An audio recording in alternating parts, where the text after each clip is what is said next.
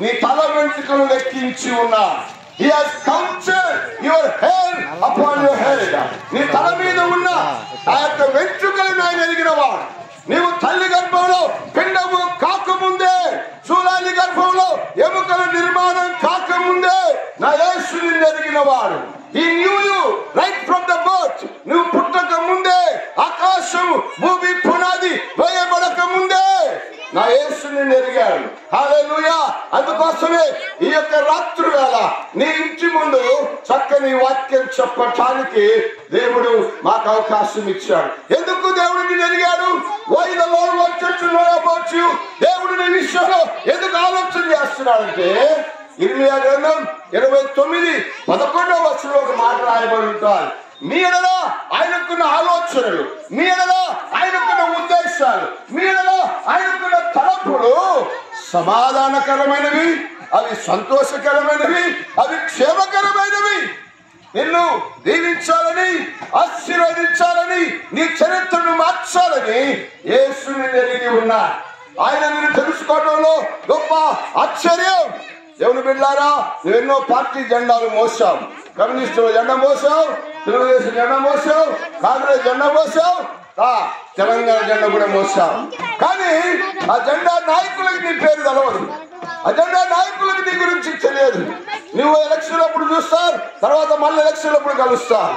కానీ ఈ రాత్రి నేను ప్రకటిస్తున్న నా యేసు, నేను చెప్తూ ఉన్న నా ప్రభు నీ ప్రతి అడుగును ఎరిగిన వాడు, నీ ప్రతి తలంపును ఎరిగిన వాడు. నీ నోట మాట రాకముందే, నీకు తలంపు పుట్టక ముందే నీ గురించి బాగా ఎరిగిన వాడు. తెలుసుకున్న ఇంకో సత్యం చెప్పినా, నీ గురించి నీకే సరిగ్గా తెలియదు, కానీ నేను ప్రకటిస్తున్న నా యేసుకు నీ ఇన్ అండ్ అవుట్, నీ గురించి బాహాటంగా ఎరిగిన వాడు నా ప్రభువైన యేసు క్రీస్తు. ఎందుకు ఆయన చింతిస్తున్నాడు? ఎందుకు ఆయన నీ గురించి ఆలోచిస్తున్నాడంటే నీ స్థితిని మార్చాలని, నీ గతిని మార్చాలని, నీ పరిస్థితులను మార్చాలని, నీ దుఃఖ దినాలు సమాప్తం చేయాలని, నీలో ఉన్న పగలు, దేశము, మత్సరము, కామము, శరీర కోరికల్ని ఆయన చంపివేయాలని, తీసివేయాలని, నిర్మూలన చేయాలని, నేను ఒక నూతన సృష్టిగా మార్చాలనేదే దేవుని ఆశ. కొరింథీ పత్రిక 5:15 ఎలాగైనా ఎవరైనా క్రీస్తునందునేలా వారి నూతన సృష్టి, పాతవి గతించి ఇదిగో సమస్తము నూతనమైన. నా ప్రియ దేవుని బిడ్డలారా, ఇలాగా మీరు మైకుల్లో ఎన్నోసార్లు విన్నారు, ఎంతో మంది వాక్యం చెప్తూ విన్నారు. కానీ నీ హృదయం మార్చబడిందా? నీ హృదయంలో యేసుకు స్థానం ఉన్నదా? నువ్వు నూతన జన్మ. యోహాను సువార్త 3వ అధ్యాయంలో నికోదేము రాత్రి వేళ యేసు దగ్గరికి వచ్చాడు. అప్పుడు యేసు అన్నాడు, నువ్వు తిరిగి జన్మిస్తేనే దేవుని రాజ్యం అన్నాడు. నా ప్రియ దేవుని బిడ్డ, అమ్మా, అక్క, చెల్లి, తమ్ముడు, ఇదే కులమైనా, ఇదే మతమైనా, ఈ రాత్రి నా యేసుని పిలుస్తూ ఉన్నాడు. You are in the plan of God. నువ్వు దేవుని ప్రణాళికలో ఉన్నావు. నువ్వు నశించి నాశనం కావద్దని, నువ్వు నశించి నరకానికి పోవద్దని, నువ్వు నశించి ఆ యమగుండం అగ్నిగుండం పాలు కాకూడదని. అగ్ని ఆరదు, పురుగు చావదు. నిజంగా నరకం అనేది సత్యం. It is been proved. శాస్త్రవేత్తల చేత రుజువు చేయబడింది. నరకం, పరలోకం శాస్త్రవేత్తలు రుజువు చేశారు. ఎందుకు యేసుని ఎదిగాడంటే, ఎందుకు యేసుని పిలుస్తున్నాడు, ఎందుకు ఈ రాత్రి యేసునితో మాట్లాడుతున్నాడంటే నీ స్థితిని మార్చాలి. ఈ సంవత్సరం ఎన్నో గతించిపోయాయి, ఎన్నో నూతన సంవత్సరాలను చూశాం, ఎన్నో సంవత్సరాలు దాటిపోయావు. కానీ నీ జీవితంలో యేసుకు స్థానం ఇచ్చావా? నీ వాక్య ధ్యానం, నీ ప్రార్థన జీవితం, నీ పరిశుద్ధ జీవితం, నీ మాట, నీ చూపు, నీ పడక, నీ నడక మారిందా? మారకపోతే నీకు లోకస్తులకి తేడా లేదు. సంఘము, చర్చ అంటే లోకం నుంచి ప్రత్యేకంగా ఉండేవాడే క్రైస్తవుడు.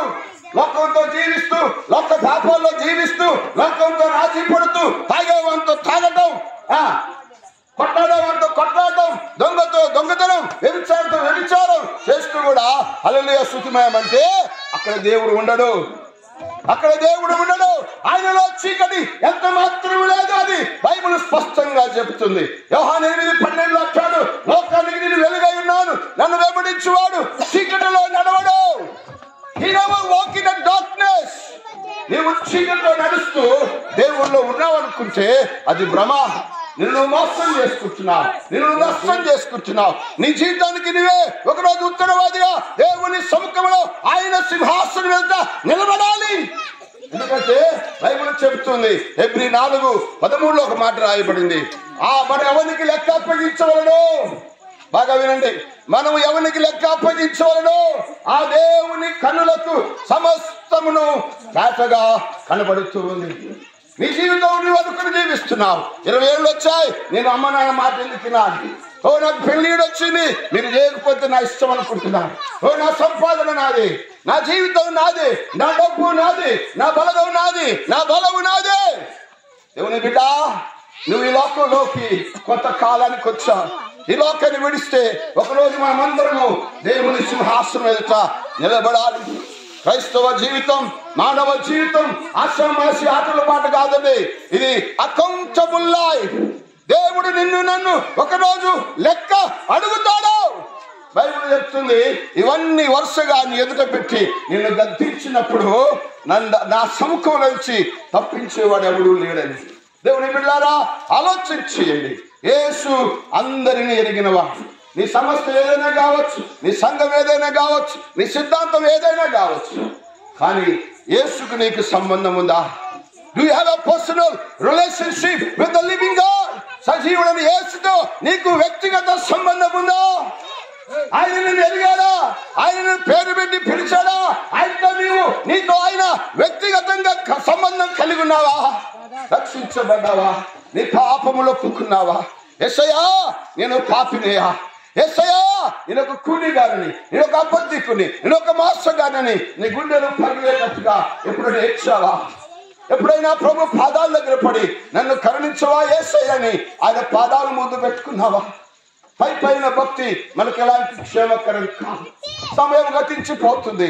ఒక్కొక్క సమయం వస్తుంది, ఒక్కొక్క సంవత్సరం వస్తుంది. అర్థం ఏందో తెలుసా? ఒక్కొక్క సంవత్సరం వస్తుందంటే ఆయన రాకడ దగ్గర పడుతుంది, నీ పోకడ కూడా దగ్గర పడుతుంది.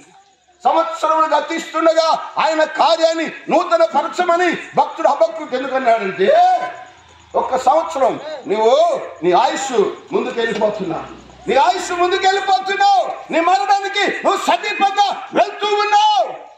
అది దాని అర్థం. అదేవిధంగా నేను మరలా వస్తానన్న యేసు రాకడ కూడా బహు సమీపంగా ఉంది. ఏదో ఆశ్రమాసు జీవితం అనుకోబాకు. నాకు మంచిగా ఉంది, నేను డాబా కట్టుకున్నా,